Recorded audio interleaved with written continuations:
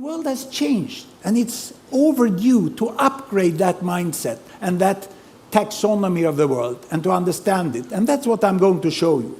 Because since 1960, what has happened in the world up to 2010 is that a staggering 4 billion people have been added to the world population. Just look how many.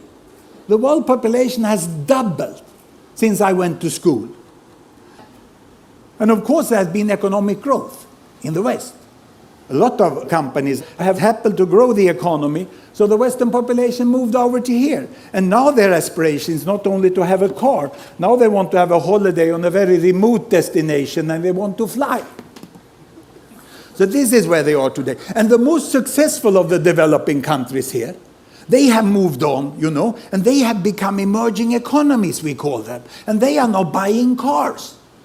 And what happened a month ago was that the Chinese company Geely, they acquired the Volvo company. And then finally the Swedes understood that something big had happened in the world. You know? So there they are. And the tragedy is that the 2 billion over here that is struggling for food and shoes, they are still almost as poor as they were 50 years ago. The new thing is that we have the biggest pile of billions, the 3 billions here, which are also becoming emerging economies. Because they are quite healthy, relatively well educated, and they already also have 2 to 3 children per woman, as those have. And their aspiration now is, of course, to buy a bicycle. And then later on they would like to have a motorbike also. But this is the world we have today.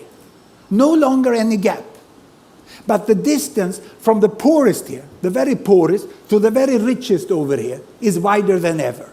But there is a continuous world from walking, biking, driving, flying. There are people on all levels, and most people tend to be somewhere in the middle.